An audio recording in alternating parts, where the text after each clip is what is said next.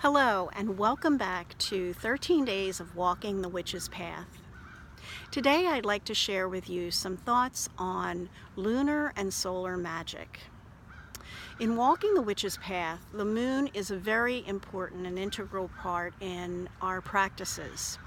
The celebrations that occur in accord with the lunar phases are called Esbats.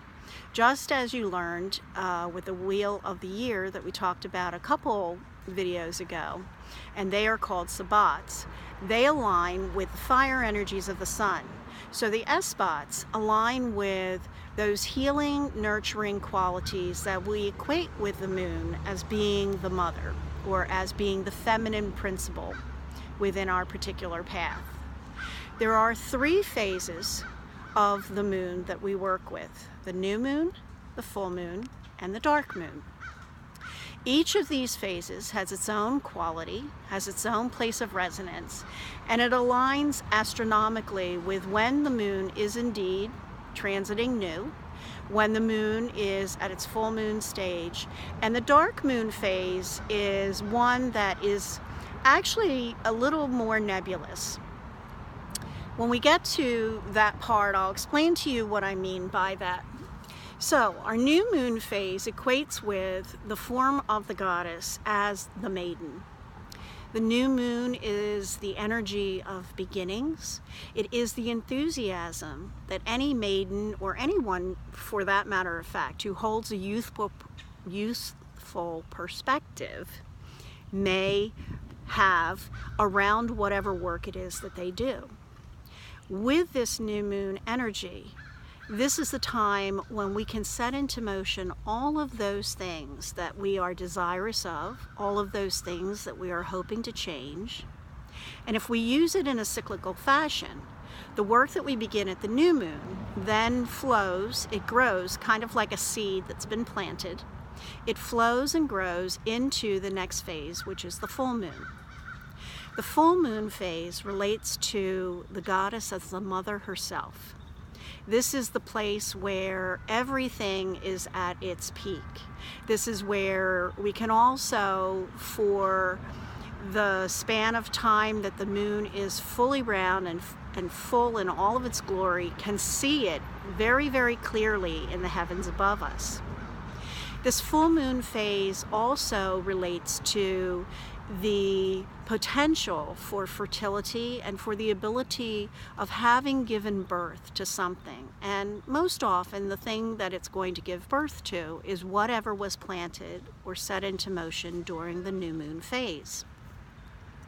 The third phase, the dark moon, is one that gets a little confusing at times because often the term new moon and dark moon are interchangeable. The reason for that is because when we look up into the heavens, both astronomically the time of the new moon and what we would consider to be actually the dark moon phase means literally that. The moon appears to be hidden, or there might just be a very thin sliver of the moon shape present, so it appears to be dark. Technically, the way you would use a dark moon phase and the intention of it being aligned with that of the goddess as the crone would be from the 4th quarter phase of the moon up until about a day before the actual astronomical date of a new moon. That dark moon phase, being part of the cycle of the goddess as the crone, also is an excellent time for things that you wish to cut out or release from your life. It also is a very important time because we think of the crone as being that point in the feminine where she has seen and has known the enthusiasm of the maiden. She has lived through the responsibilities and given birth as the mother, and now as the crone, she stands in her own wisdom, having seen all of that. More importantly, she also serves as the transition, because the crone is also the nearest to death, but in that death there is a new life that begins again. And the cycle of the new, the full, and the dark moon, just as astronomically those cycles flow one into the other, when we use their energies for magical work and in witches' practices, we use them in that way as well. Which means that often at the new moon, we will use that time to begin a project that then will have its set goal that at the full moon, it will have blossomed into what it will be, having been tenderly nurtured through all of the things that were leading up to that point. And then from the point of the full moon to the dark moon, we also will then use that energy in a way that whatever is not completely serving us of that new thing that's been created, and also that we now have the benefit of having more light shown on it, we can kind of call and cut it away. So kind of think of it in terms of being a sculpture. That let's say you get a piece of clay, and at the new moon you start working on that clay, and your intention is to sculpt this beautiful image of a swan. And you start the work at the new moon phase, you start sculpting, you start the process of making the definition for the beautiful and graceful neck, for the beautiful wings. As you reach towards that full moon stage, each day you add some new detail to what that swan is going to look like in its finished product. By the time you get to the full moon phase, you have what, for all intents and purposes, is the representation of a beautiful swan. The detail is there, the grace and the beauty of the neck, the arch of the wings, the way that you have it positioned. It looks as though it's almost going to take off in flight. And you're really satisfied with all of the work that you've done leading up to that point. You can see it in its fullness, you can see it as a completed project, and you can see it in its entirety. But you still have to put it in the kiln so that it will harden, and then ultimately you wish to paint it.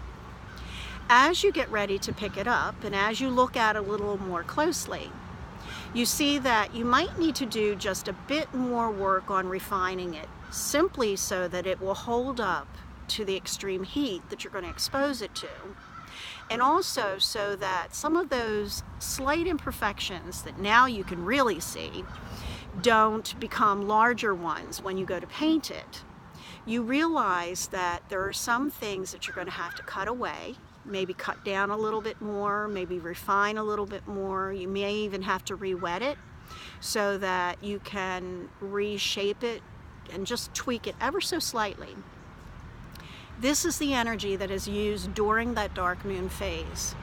The cutting away, so that what that project ultimately becomes in its finished product when and just before the new moon hits again, and you have this final finished beautiful product, then you're ready, because you've made all the adjustments needed. At that next new moon cycle, you're ready to put it in the kiln and begin the process of finalizing it and putting it and setting it in a form that will truly be enduring and lasting. So that's one of the ways in which you could use the energies for whatever it is that you've set your sights on. Now, that's not to say that you can't use each independently. I'm just simply saying that there is a lot of strength and power in tying the cycles together in the organic way that they would naturally occur. Now, you can also start any cycle at any point in time, meaning that you can use the full moon to give a little more scrutiny to something that's already been established that might not even be your own. You can use the dark moon at any point in time as well to pick up or take up something that you really know has been kind of dragging you down or not carrying you to where you need to be, and it's been there for a really long time, and you may or may not have even put it there yourself. You can begin that cycle then. You can begin the cycle of one of cutting away and releasing, and then set right into that new moon phase that will come up afterwards in remodeling and reforming what you want it to be. You can start it at the full moon phase in seeing or beginning the process of being able to see more clearly actually what it is that you do need to cut away and release and then set into motion. So there's no tried and true standard way that you have to use these cycles, but my encouragement would be to try to use them at least in a way that will flow and make sense, because there's a lot to be had on either end of anything that you do. Now, as far as looking at these cycles in the form or guise of the feminine perspective, generally the moon energy represents that of the heart. It is also the place of deep knowing. It is the wisdom of the waters that flow through us as intuitive gateways to opening us to really being able to feel our way through the energy, and also being able for us to sense things that are around us.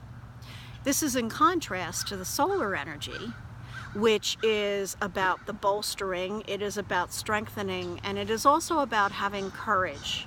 There's a large component of mind that also melds into the aspect of the solar principle. Now, I'm not saying that there is no mental process in this emotional scape, and I'm not saying that there is no feeling in the solar scape, but there are the polarities that occur when you are activating each of these in their own ways.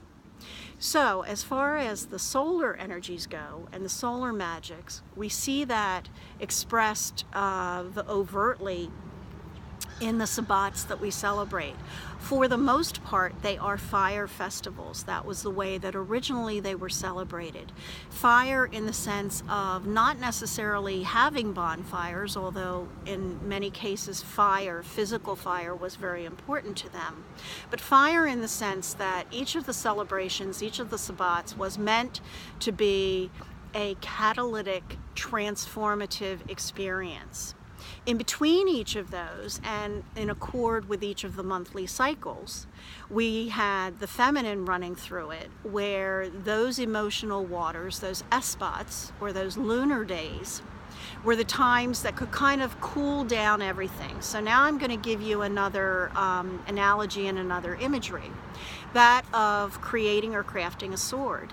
When you get to a certain point with the metal, in order to shape it, there is that point in time of alternately heating it and dipping it in a bath of water for it to cool so it can set. Heating it and dipping it, heating it and dipping it, pounding on it, banging it, flattening it out, and then going through the various stages. But that tempering of the blade that occurs is one that occurs because you're applying to this surface, you're applying to this metal something that will heat it up, that will strengthen it, that will also make it malleable, because in the heating it also makes it very flexible and adaptable.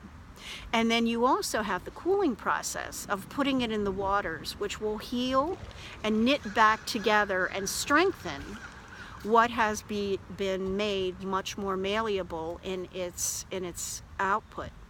And what you ultimately end up with is a beautiful, beautiful crafted product that is the melding of the solar and the lunar energies.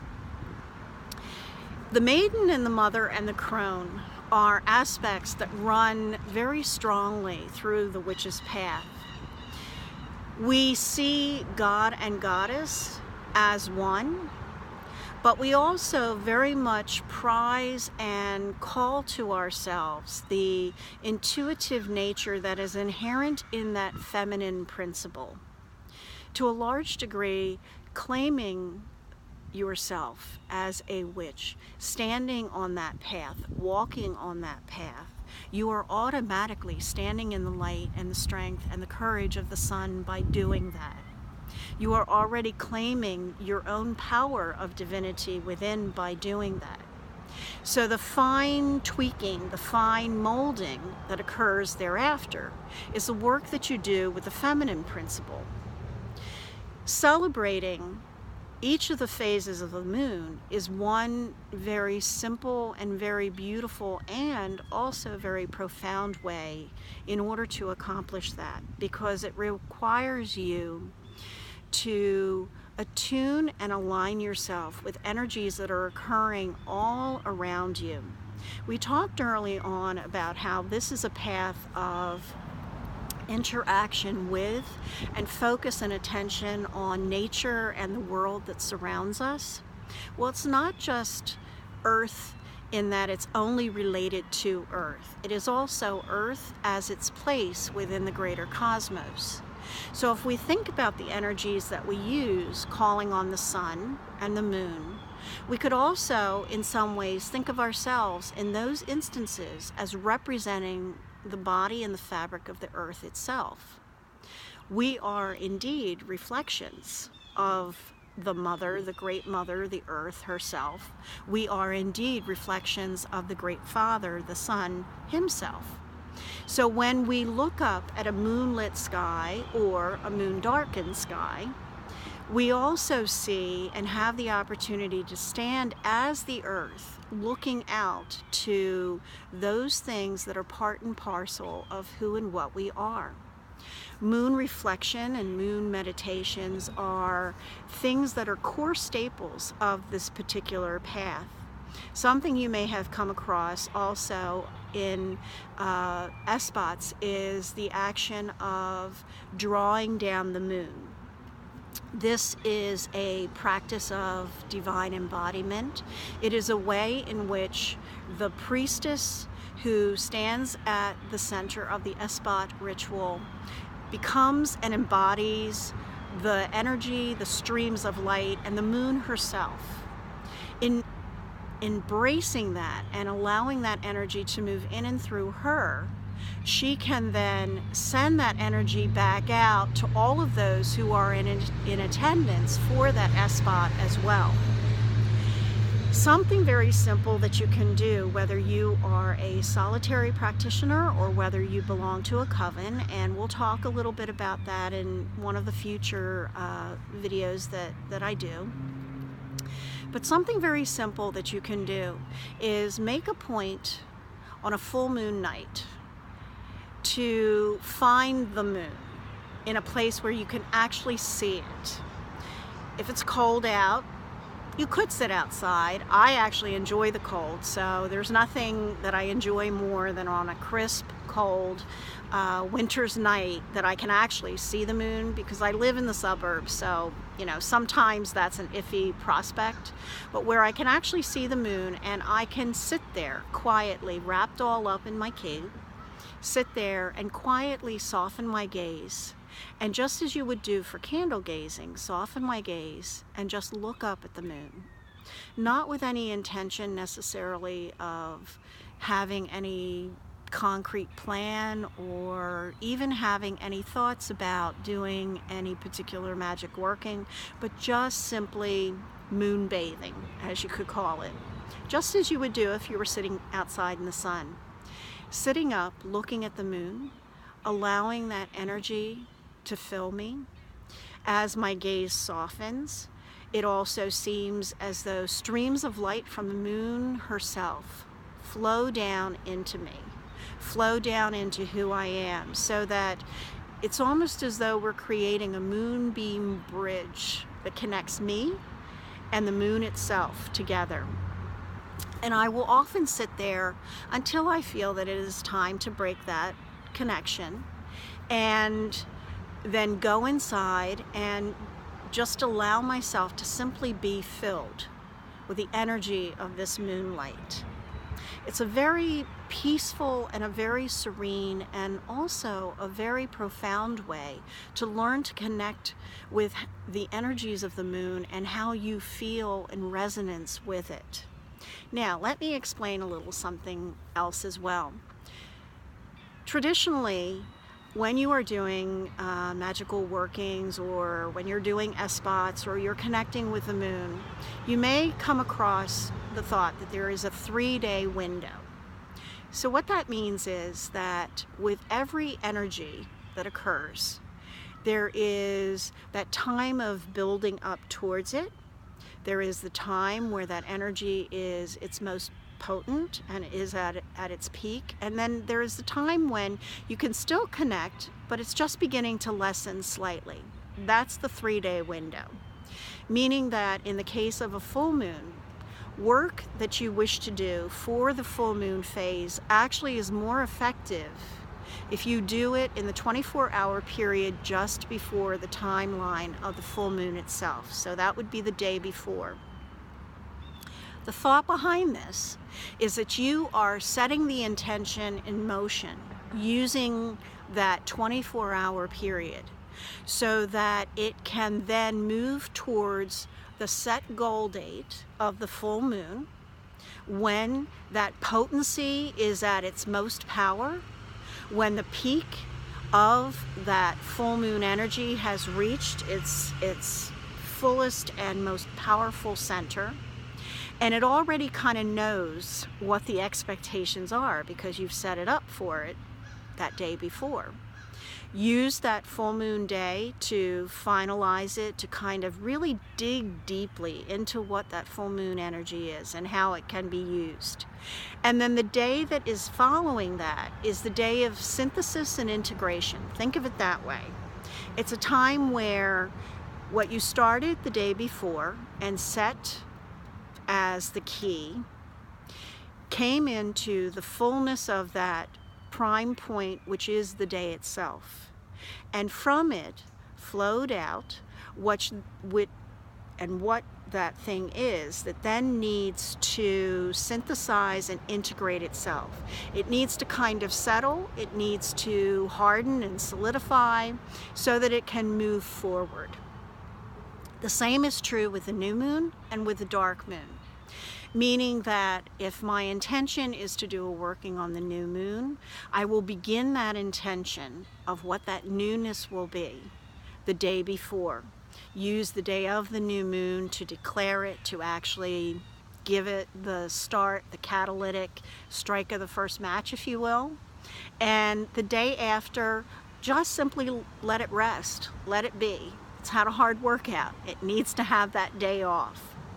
And that's what that 3-day span is all about. It also comes in at a very pragmatic level, very handy when you are trying to time certain things, and especially if you're trying to schedule a gathering where there's going to be more than maybe just yourself, or on the day you have something else that's really important to do.